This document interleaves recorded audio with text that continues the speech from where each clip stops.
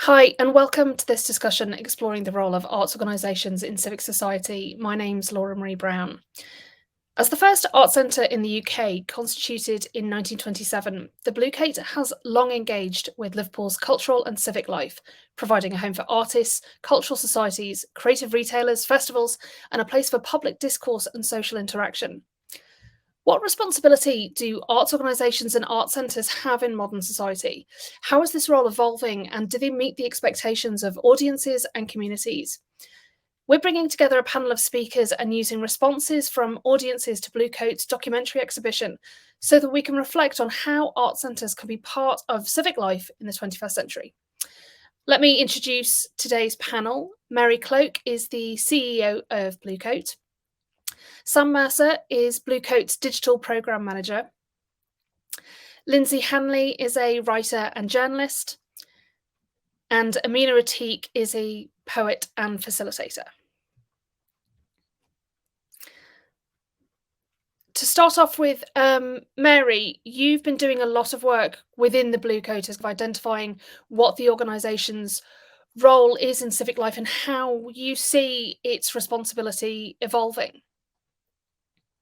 Yes, Blue Coat has been an art centre since 1927, as you said, Laura, and it was an informal art centre since some years before that.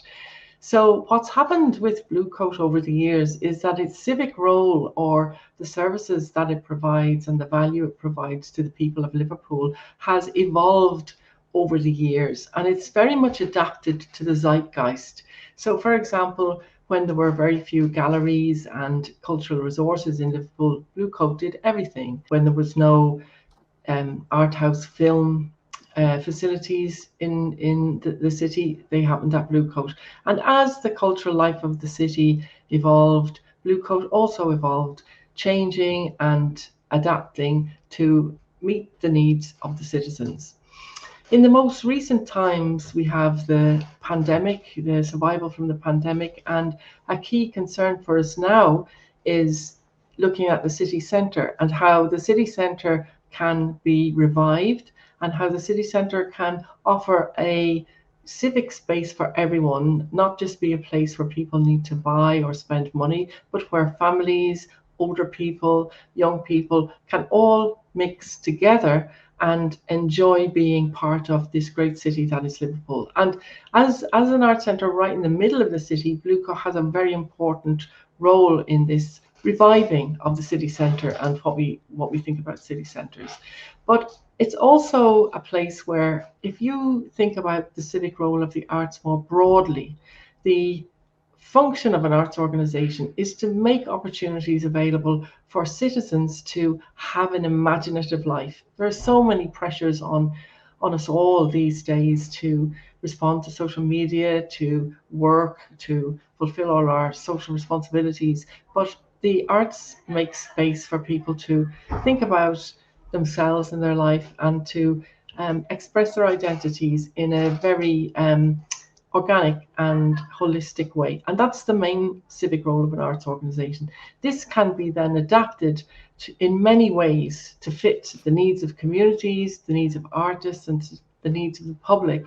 And what we're doing at the moment, and that's what my role is here today, is to listen and see. Now that we've had so many seismic changes over the past 2 years, really, what is now the most appropriate role for Blue Coat to play in the civic life of the city? Excellent. For the rest of the panel, I'm going to ask the same question because I think when we talk about civic life, I think it's one of those things that it means something different to everyone when they think about it and how they articulate it. Lindsay, what do you think the role of an arts organisation in civic life is? Hi. Well, I think the civic role of an arts institution in the city centre has to be absolutely integral, and it has to be considered as essential as a central library, a well-staffed, well-stocked central library, and a train station and a bus station, and the ability to get together without spending money. I think I was really, really struck coming in to see the Bluecoats a Civic Role exhibition right at the beginning of this year, in about the first or second week of January. And it was the first time I'd been into town, as I would still call the city centre. It was the first time I'd been into the city centre, probably for about 6 months. You know, whereas previously I probably would have come in once or twice a week. And of course, that's all entirely to do with COVID. And to say I was shocked and slightly disturbed was an understatement, really. I was shocked to see the number of empty shops. I was shocked, though not surprised perhaps, to see the amount of visible destitution and desperation among people on the, you know, in the Williamson Square area and in in the Church Street area in Liverpool, and I sort of walked from Lime Street Station down to the Bluecoats, sort of witnessing all this and thinking, but hang on a minute, shops are disappearing.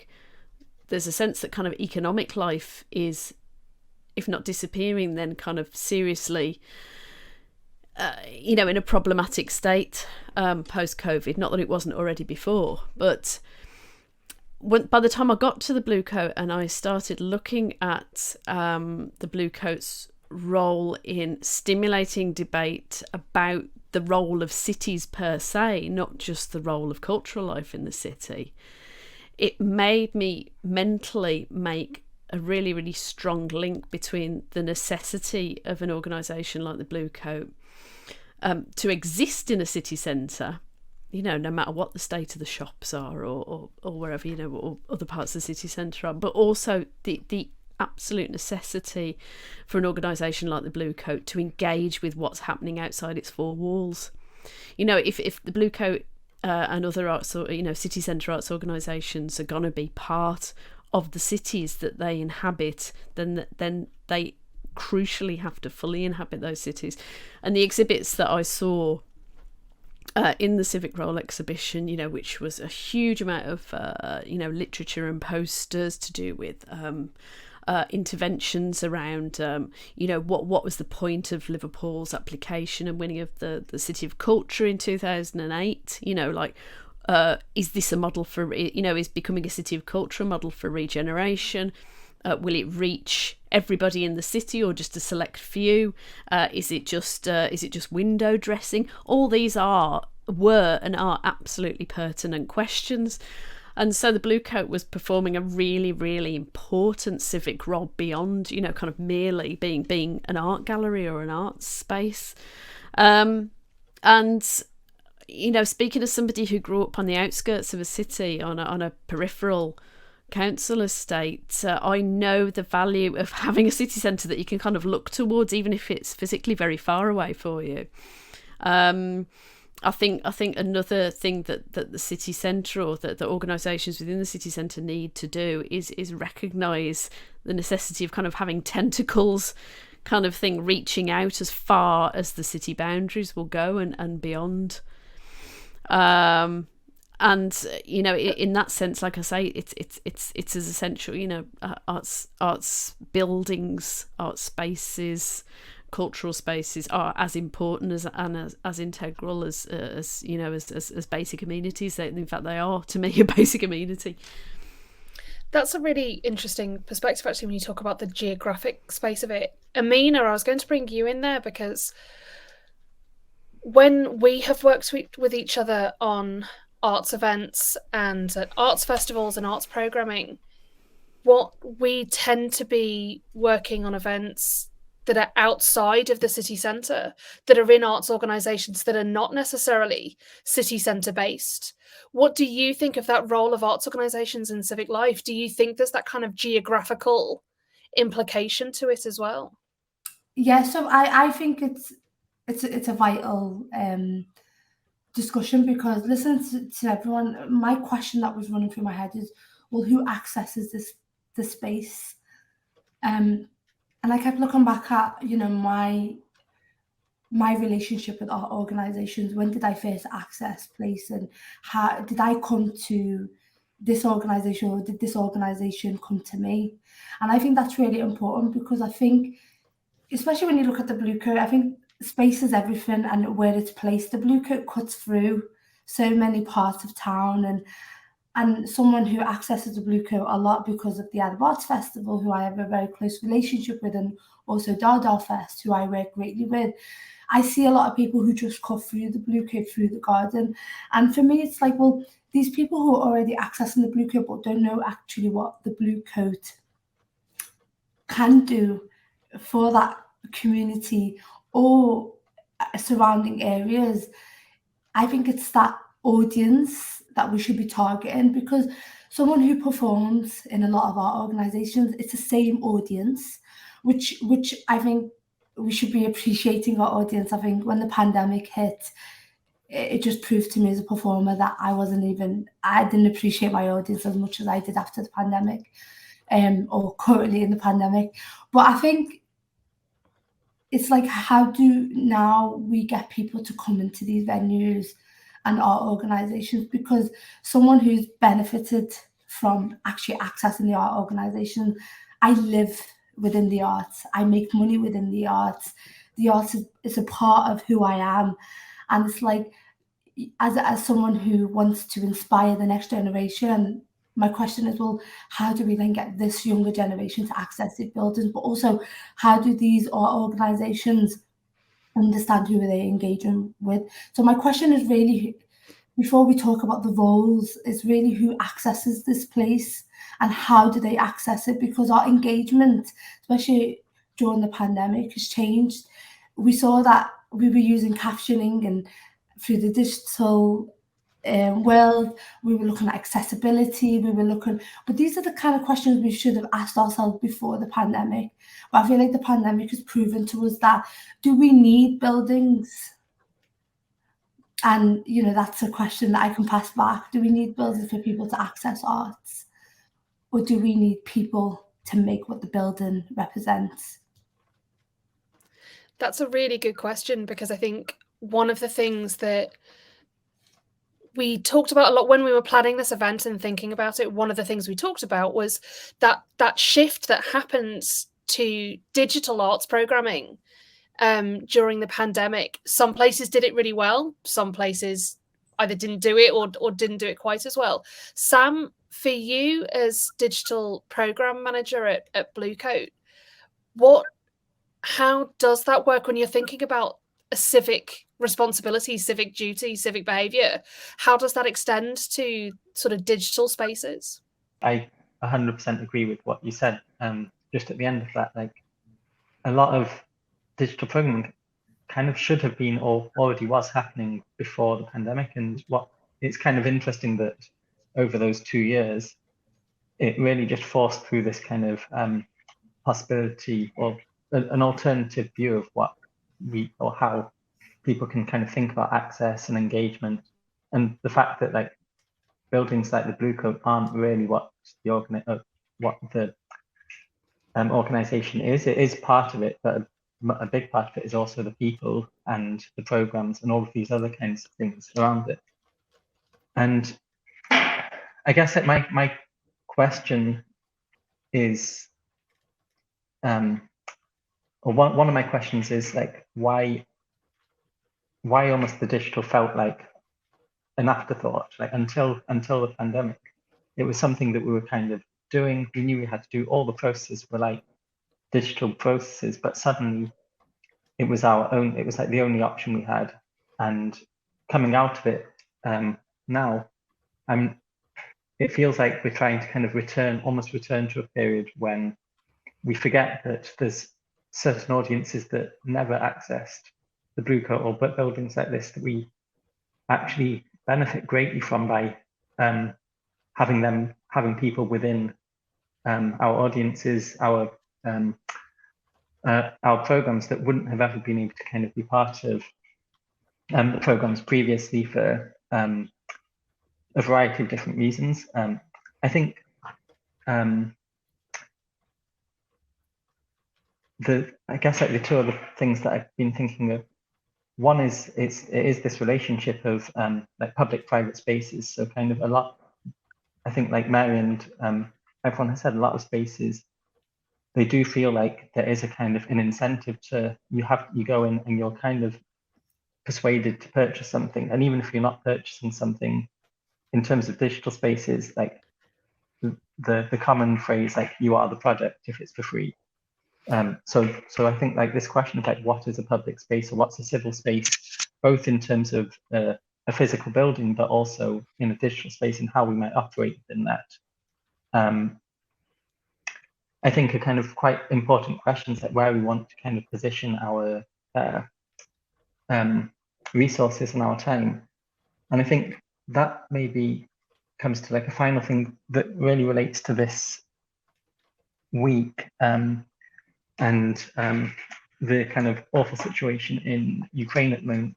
And someone posted on Twitter, I think 2 or 3 days ago, a tweet saying a full account of the way the internet has responded to the last week. And I think there's something very interesting here about like when they say the internet, they mean a mix of kind of the organizations, the companies, but they also just mean everyday people who have an internet account, and how people are actually like working together to respond to protest, to kind of to work together against a quite awful global situation,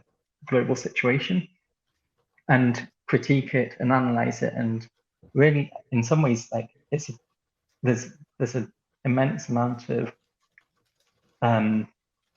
just incredible conversations and solidarities that are taking place in that form. And I find that really interesting in relation to think about the digital being a civic space.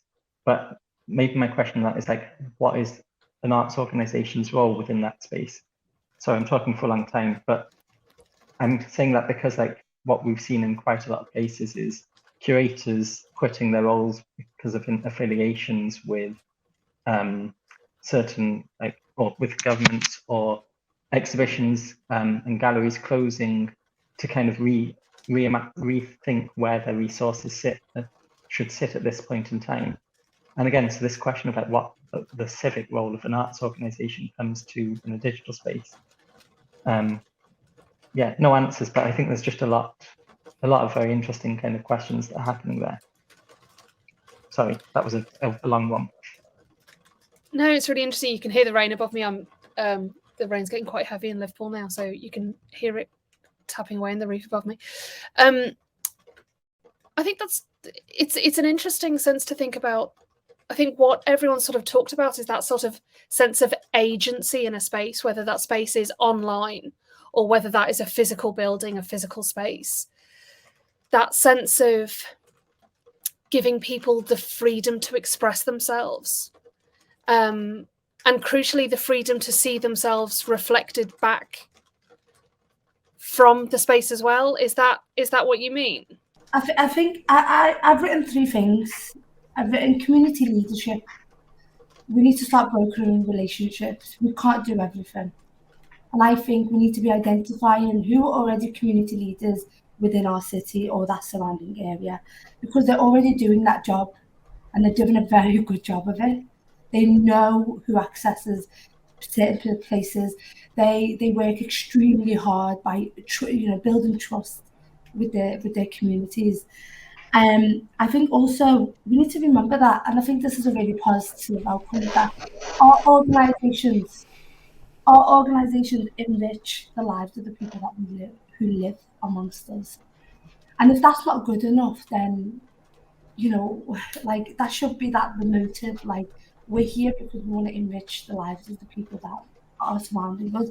But if the art or the place does not reflect them, my question is, why would they even access it? But I think this goes down to the internal, the programming, the actual, like, who actually makes these decisions in the first place, what needs to go up and what needs to go down. And so it's a lot of questions, but I think in terms of the civic role of how people see themselves in this society, I think the arts is the most accessible, the most flexible, and it's a place where co-collaboration happens brilliantly when it's done properly. And I think that can happen when community leadership is involved and we identify who these community advocates are. Lindsay, what do you think?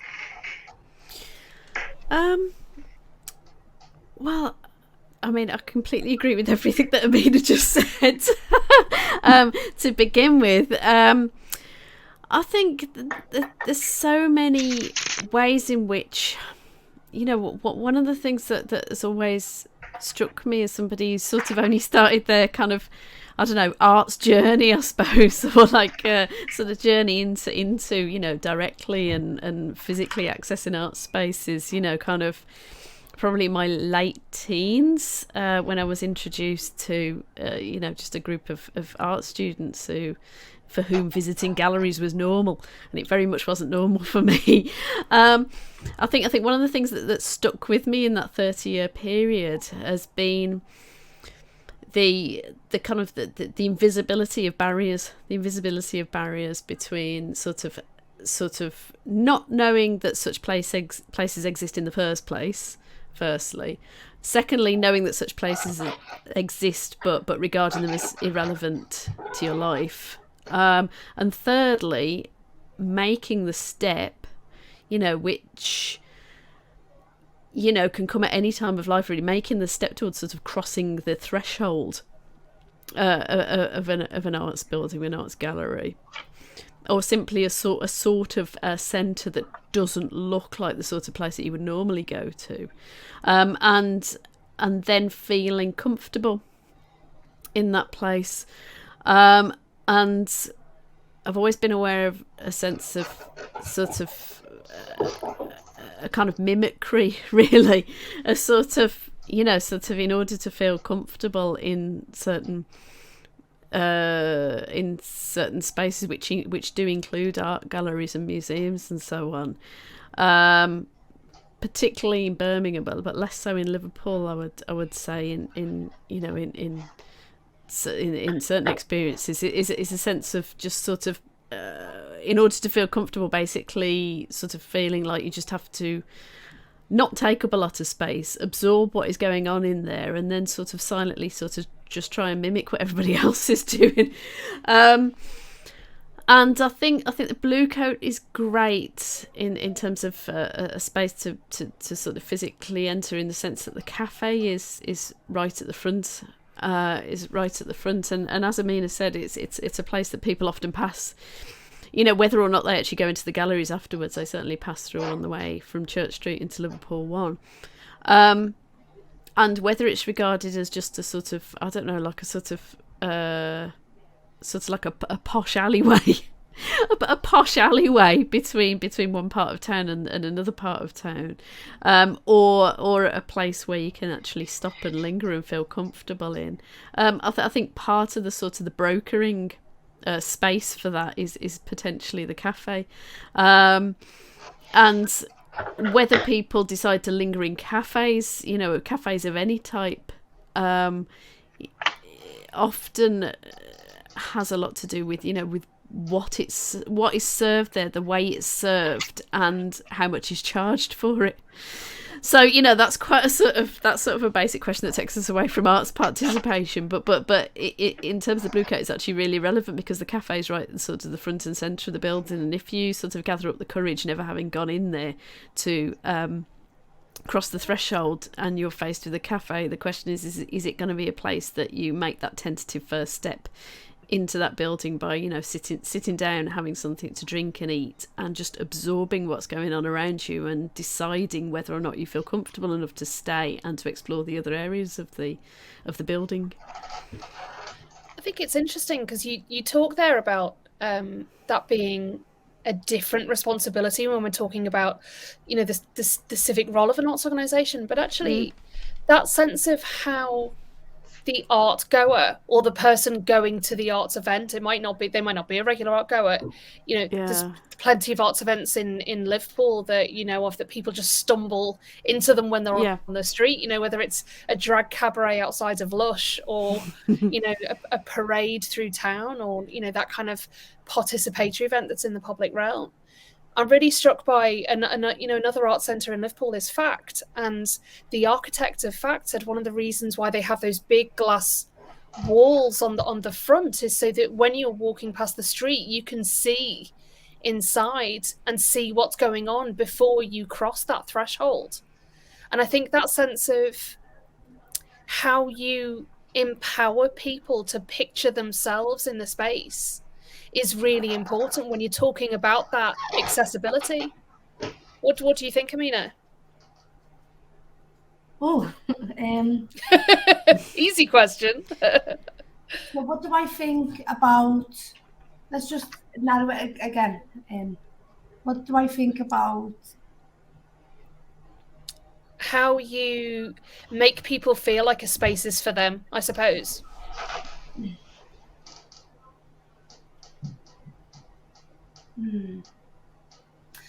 You know, I'm going to be honest. I still find art organisations intimidating.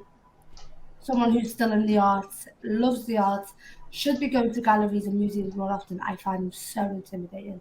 Sometimes I use my little baby sister as a reason why I should go into the Blue Coat, so we could do a bit of colouring. But I still find it's not a place I still belong in. And I don't think that's a responsibility of the organisation. I just think it's because that's a responsibility of my own community. Like we don't make that effort to go into these places, or we don't actually talk about these things as if it's our. And I know there's other factors. It could be, you know, you can go through economical factors. You can talk about just like, you know, migrant background. Like they've got other things to worry about, you know. Maybe there's external war going on across the other side of the world. That's the last thing that they want to do, spend their Saturday afternoon in the gallery, you know? Because most of families from, say, like my surrounding community, they keep saving money to send money back home. You know, that's their priority. But I think to see themselves, look, one thing that I just love about the Blue Coat is my childhood was spent there every single year at the Arab Arts Festival. And I remember dancing, like at 6 years of age, I was dancing in that crowd in the Blue Coat Garden. And that memory still sticks with me because that was the first time I'd actually started to experiment with art in a public space. And I remember seeing my own community from the Yemeni and the Arab community, but also the kind of first time when I saw non-Arab or non-Muslim community actually integrating through art. And I always, every single year, looked forward to it because I love dancing. I love anything with body expression. And, you know, and my mum used to be really proud when she'd see me dance and would, you know, pick out my favourite outfit. And what's so lovely about the Blue Coat, there's an archive. And sometimes I do go past it just to have a look at the archive and the journey. And what I love is that little picture of the Arab Arts Festival, I think 2001. And I can actually see some of my older friends who were on that picture. And I always take a picture, you know, just to remind myself, you know. So things like that are where you see yourself. It's also in the past. You know, what have you done in the past? And archiving and creating an archive of things that have happened is a beautiful way to remember that because, you know, it's memory, right? Memory disappears eventually, but I think to always remember that. And obviously I know the Arab Arts Festival now does hold this massive event every year in the Palm House, but I think it has a special place at the Blue Coat Garden. There is magic there. Could I just comment on that? I think that's a really good example, Amina, of what happens when initiatives like the Liverpool Arab Art Festival outgrow the Blue Coat. So up to now, we've had this idea of our role as being like an incubator or gestating organisations and initiatives who then go on to thrive and grow and can occupy bigger venues. FACT, for example, started its life at Blue Coat, and now they've got this fabulous new building with the glasses in. Liverpool Arab Art Festival. There was a time when the big Sunday could be accommodated in Blue Coat Courtyard, and now it's so big it has to go to Sefton Park. So this is, I think, a very important way in which arts organisations' civic role renews over time.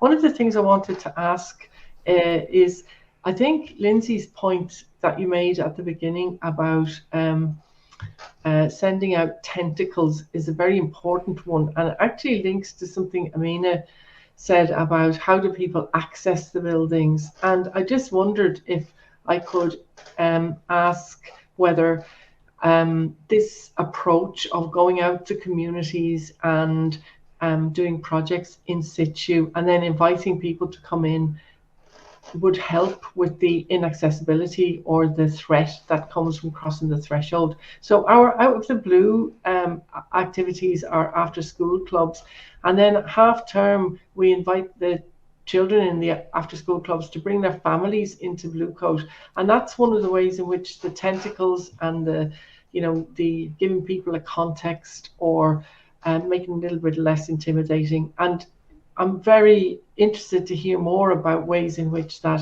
slightly intimidating feel, especially Blue Coat's historic building, which is a wonderful addition to the city, it can also feel a little bit, I feel, a bit like an institution. So any thoughts on that from people?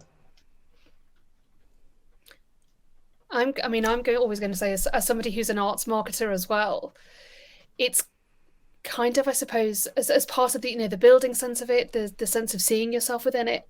It's also how you talk to audiences.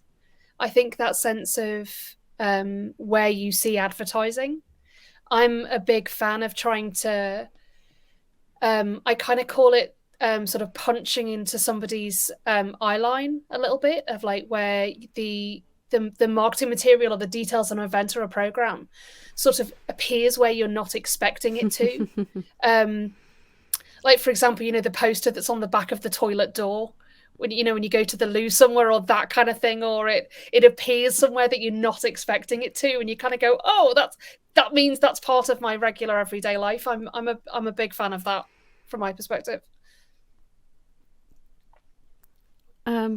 Yeah. I mean, I suppose my going back to what I mentioned earlier about having come into Liverpool city centre on the train at the beginning of the year in order to see the Civic Role exhibition, and walking through town and seeing again and again the empty George Henry Lees building and seeing the empty Topshop. And obviously, that Debenhams and BHS are now long gone. But certainly going past George Henry Lees again, I thought to myself, people are still coming into the centre, and they still want to have reasons to come into the centre, and they are already coming in, often from the peripheries. Whether it's into, because I passed Queen Square bus station, rather than Liverpool One bus station, and people are coming into town, walking through Williamson Square, which seems ever more desolate, going past an empty George Henry Lees, from really, from places where the buses stop at Queen Square, places like Netherley and Belvale and Norris Green, and and places all throughout the north of the city, and are still spending that money on a bus ticket, in order to have an experience that's different, qualitatively different to the one that they have on their own doorstep, and yet isn't so alienating that it stops them from coming into town altogether. And I think, having had that experience growing up, as I say, very, very far out from the centre of the city, and yet feeling quite intimately connected to a large city. It's a feeling that that's where life is, that you will find maybe, the seeds of something else, the seeds of a different experience. And I think it's absolutely essential that actually doing work directly in places far from the Blue Coat's own literal building. And then actively inviting, encouraging, and making possible that trip back into the centre to see it. That work is absolutely essential. But to go back to what I was saying, I mean, I think one of the ways that an institution like the Blue Coat could make its civic mark outside of its own kind of institutional looking building. I don't think it's institutional looking. I think it's beautiful, but it is is to be bold, really be bold, and ask the council if you can have one of those great big buildings. Make it Blue Coat 2. Make it Blue Coat on the Williamson, on Williamson Square, just, as big a place as possible to sort of bring vital life back to an area of the city. And it's a place that people can't ignore or avoid, because it would be a place that everybody would know had been empty for such a long time and now was being brought back into use. And also it could bring in some elements of the sort of, I don't know, almost kind of like sort of bring in elements of kind of mutual aid to it, like kind of, arts as mutual aid, really, have kind of come to this place. It's different to the main Blue Coat building, and yet it is a sort of gateway to the main Blue Coat building. And we recognise that you've got other things on your plate and you've got other things on your mind than going and seeing some paintings to begin with, at least, but we are here, we are part of the city, and we recognise your struggles, we recognise what's on your mind right now, and then the thing that comes next is also there when you're ready. That's really fascinating. I want to take us through, in the last bit of our discussion, through some of the comments that have come through the exhibition at Blue Coat, because they're really interesting, and people have been leaving comment cards, which are, I'm a huge fan of a comment card. Always write something in the book. Whenever you see a book at an exhibition, I'm always fascinated by it. But I've pulled out some of the comments that I think are really interesting. One comment says, organise people of colour-led groups to collectively create and deliver events about us and our culture and contributions within the heritage sector. They talk about Midlands organisations like Beat Freaks and Lunar Campfires. So they're always so moving and insightful when folks say this is the first time they've felt totally present in a space. There's somebody else who says there's a real grassroots feeling to many of the projects on display. Artists based in Liverpool feeling ownership of the building, the physical space and the institution as a vehicle and channel of support. And that people have been able to make work about current and controversial subjects and to say radical things. That's exhilarating. Someone else, it probably shouldn't be surprised that in Liverpool, loads of the comment cards are about how can we talk about dissent and how could we talk about radical ideas. There needs to be room for dissent, discussion, disagreement, also listening, collaboration, mistakes, failure, experimentation, getting away from polarized conversations currently on social media towards the messiness of many opinions. Someone else says more community events in partnership with youth clubs, health providers, age-friendly networks, events outside of the city centre in areas of deprivation.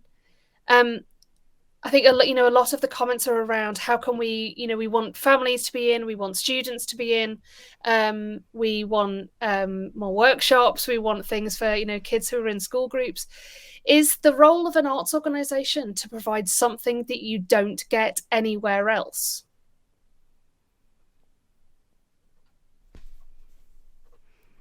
Should I come in? I believe not every art organisation can do everything. And I think the pandemic has just proven that we need to be actually collaborating. As I've seen with theatres, the Everyman Unity Theatre, 20 Stories High, they're sharing each other's sharing each other's work. There's co-collaboration in terms of creative members are sharing spaces. And I think it's actually identifying, okay, what's your target audience and who are you creating art for? Where are you placed? If the Blue Coat is placed in the middle of town, why is it placed there and what could it do for that specific place? I just visited the National Holocaust Centre last month and it's in the middle of nowhere. In the middle of nowhere. It actually takes 40 minutes to get from Nottingham to the National Holocaust Centre.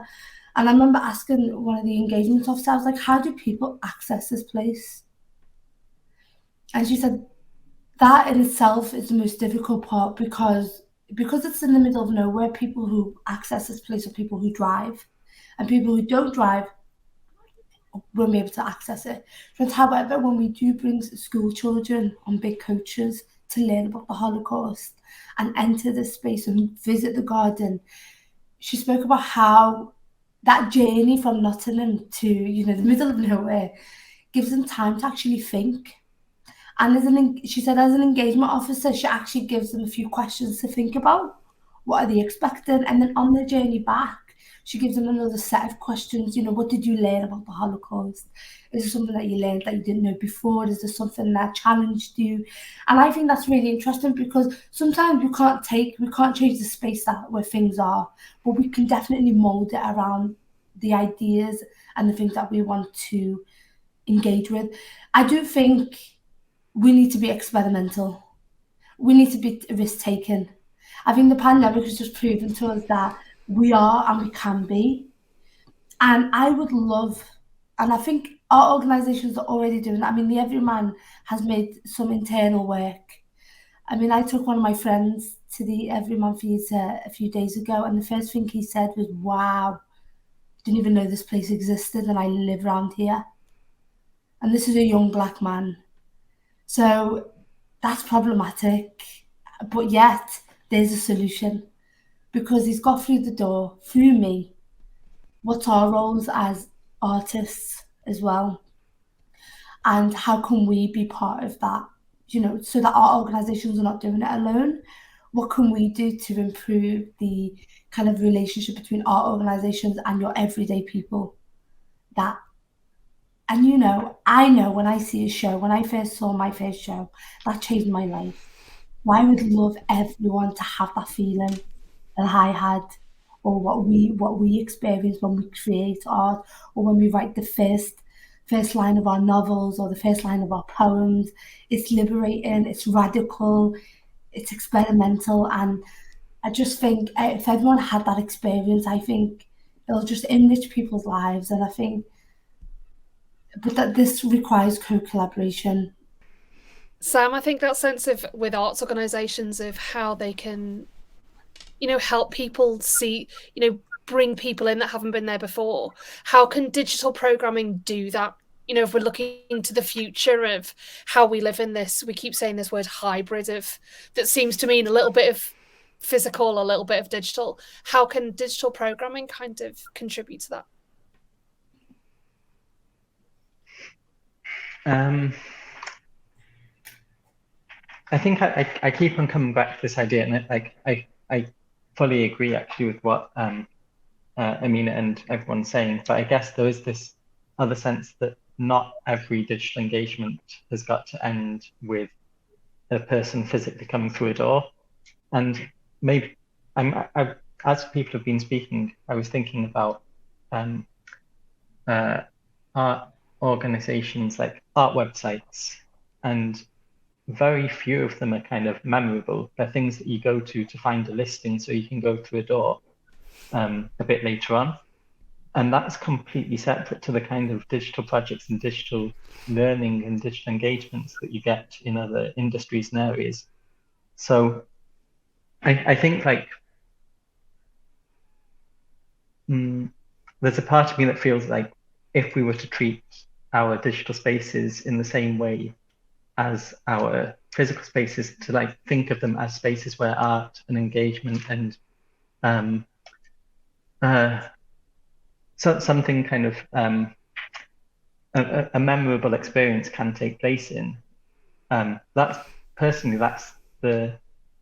kind of what I'm excited about with those spaces. And it's not that they don't happen already. I think people spend so long on screens, and like, although the last 2 years have been quite a blur for me and a lot of people, there's definitely certain memories and things that have happened like within these kind of gridded experiences that I'll probably keep for my entire life, and other kind of like game worlds and other kinds of situations. So personally, it's about like thinking about kind of digital space as both a space of learning, of collaboration, communities, and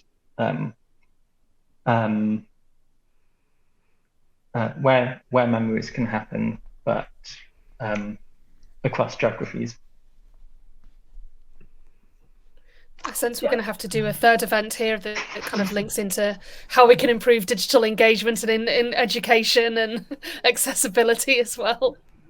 Yes, I'd just like to say in response to Sam that just as the city centre has become a little bit dominated by commercial interests, and as Lindsay said, dereliction, so the digital space is also dominated by big commercial interests. And maybe one of the roles of an arts centre, just listening to what people have to say in the digital realm, is to say, oh, here's a space that you don't have to sell your data, you don't have to buy anything, you don't have to be overwhelmed with ads, but you can just express something about yourself and your identity, and that might be something that we could look at as we go forward.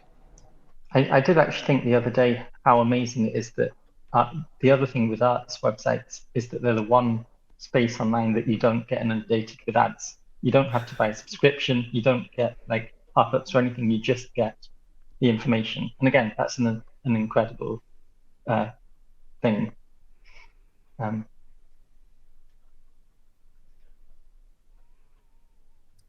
Yeah, I think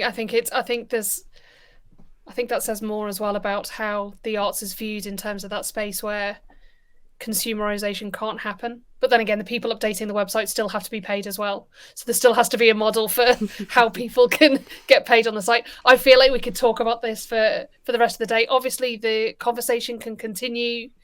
If there is a comment section where you're watching this, if you want to engage with Bluecoat on various social media channels, you can send your thoughts in as well. But I wanted to say thank you to our panel and everyone for taking part and sharing their ideas. That's Mary Cloak, who's the CEO of Bluecoat, Sam Mercer, who's Digital Programme Manager at Bluecoat, Lindsay Hanley, who's a writer and journalist, and Amina Atik, who's a poet and facilitator. Thanks very much. Thanks, bye.